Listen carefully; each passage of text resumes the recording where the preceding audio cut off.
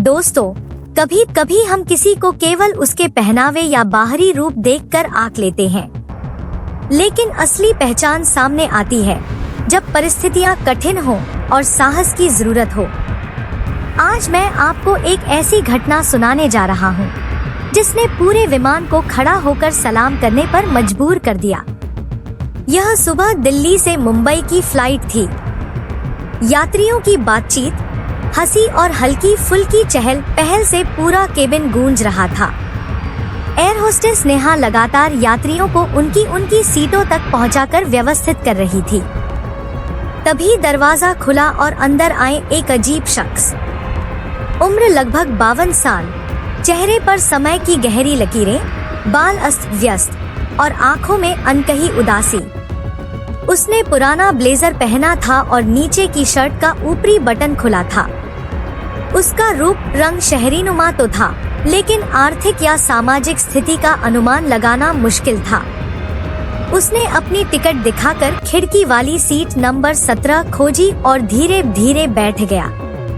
उसके पास बैठी एक महिला, जो आधुनिक और सभ्य दिख रही थी, ने नाक पर रुमाल रखा और तिरस्कार भरी नजरों से उसे देखा। उसकी आंखें पूछ रही थी, क्या यह शख्स वाकई हमारे विमान का यात्री है? नेहा ने दूर से उसे देखा और संदिग्ध नजरों से पास जाकर पूछा, सॉरी सर, क्या मैं आपका बोर्डिंग पास फिर से देख सकती हूँ? शख्स ने शांत मुस्कान के साथ कहा, हाँ जरूर। नेहा ने बोर्डिंग पास लिया, उसका चेहरा देखा और फिर सिर हिलाकर वापस चली गई। वह आदमी खामोशी से खिड़की के बाहर बादलों की ओर देखने लगा।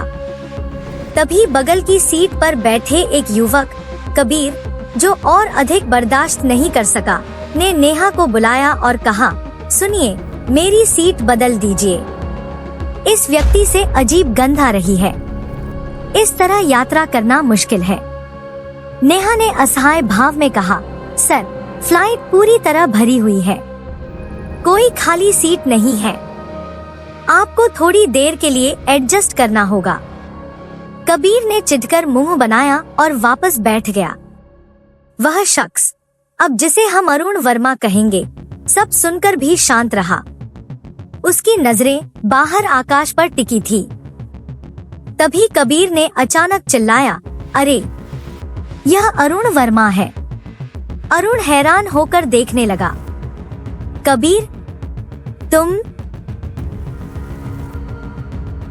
कबीर मुस्कुराया नहीं, बल्कि आश्चर्य और थोड़ी तिरस्कार के मिश्रित भाव में बोला, तुम कॉलेज के टॉपर थे, हर परीक्षा में फर्स्ट, और अब इस हालत में साधारण कपड़े पहनकर इकोनॉमी क्लास में यात्रा कर रहे हो।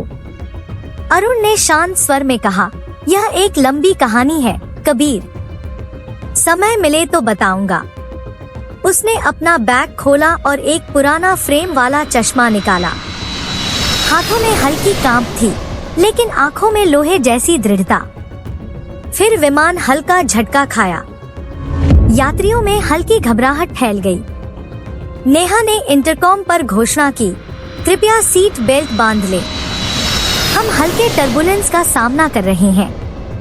घबराने की कोई बात नहीं। लेकिन स्थिति तेजी से बिगड़ने लगी। अचानक जोरदार झटके के बाद विमान हिल गया। यात्रियों में प्रार्थनाएं सुनाई देने लगी। तभी केबिन का दरवाजा खुला और नेहा दौड़कर बाहर आई। उसका चेहरा भय से सफेद था। उसने चिल्लाया, कृपया, क्या कोई डॉक्टर है? बहुत जरूरी है। डॉक्टर अजय शर्मा खड़े हुए और बोले, मैं डॉक्टर हूँ। वे तेजी से कॉकपिट की ओर बढ़े। कुछ देर बाद लौटकर बोले, पायलट अचानक स्ट्रोक के कारण बेहोश है, विमान चलाने की स्थिति में नहीं है। केबिन में सन्नाटा छा गया। तूफान बाहर भयानक था और विमान चलाने वाला पायलट अकेला। नेहा ने कांपती आवाज में घोषणा की, क्या कोई है जो विमान चला सके? यात्रियों में डर था और मृत्युदंड जैसी भयावह स्थिति। ठीक उसी समय अरुण वर्मा ने हाथ उठाया। उसकी आंखों में आत्मविश्वास की चमक थी। कबीर चिल्लाया, तुम विमान चलाओगे? यह संभव नहीं। अन्य यात्री भी घबराए हुए थे। इसे क्यों देंगे? इससे बेहतर कोई नहीं मिला? अरुण ने स्थिर दृष्टि से कहा, हाँ, मैं जानता हूँ।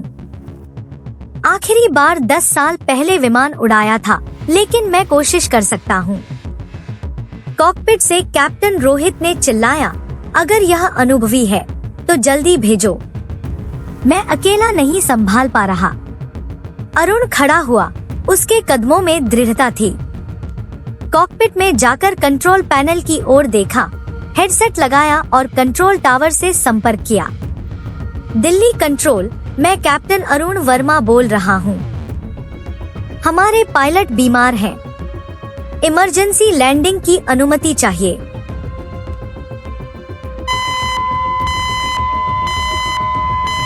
अरुण का नाम सुनते ही रोहित की आंखें फैल गईं।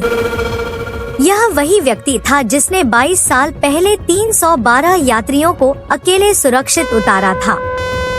10 साल पहले एक तकनीकी समस्या के कारण उसे सस्पेंड कर दिया गया था। अब तूफान के बीच अरुण के हाथ नियंत्रित और सटीक थे। विमान को रनवे पर सुरक्षित लैंड किया गया। यात्रियों ने राहत की सांस ली। जब अरुण बाहर निकला, उसके चेहरे पर शांति थी। जो लोग पहले उसे भिखारी समझते थे, वे अपराध बोध में सिर झुके खड़े थे। कबीर दौड़कर बोला, तुम सचमुच अरुण वर्मा हो। आज भी तुम टॉपर हो। अरुण ने मुस्कुराते हुए कहा, हारने की बात नहीं, बस आत्मविश्वास खोया था। आज वह वापस मिल गया। एयरलाइन अधिकारी संजय ने सिर झुकाकर कहा, सर, हमने आपकी फ्लाइट परफॉर्मेंस लाइव ट्रैक की। हम चाहते हैं कि आप वापस हमारी टीम में आए। अरुण ने आसमान की ओर देखा और शांत स्वर में कहा, वे मेरी नौकरी छीन सकते हैं, लेकिन मेरा साहस नहीं। यही सुनकर विमान के सभी यात्री खड़े हो गए, तालियां बजाईं और सम्मान व्यक्त किया। जो पहले तिरस्कार का पात्र था, वही आज सभी के लिए असली नायक बन गया। दोस्तों, अगर यह कहानी आपको पसंद आई हो तो इसे लाइक और शेयर करें और टेल रूट हिंदी चैनल को सब्सक्राइब करना न भूलें।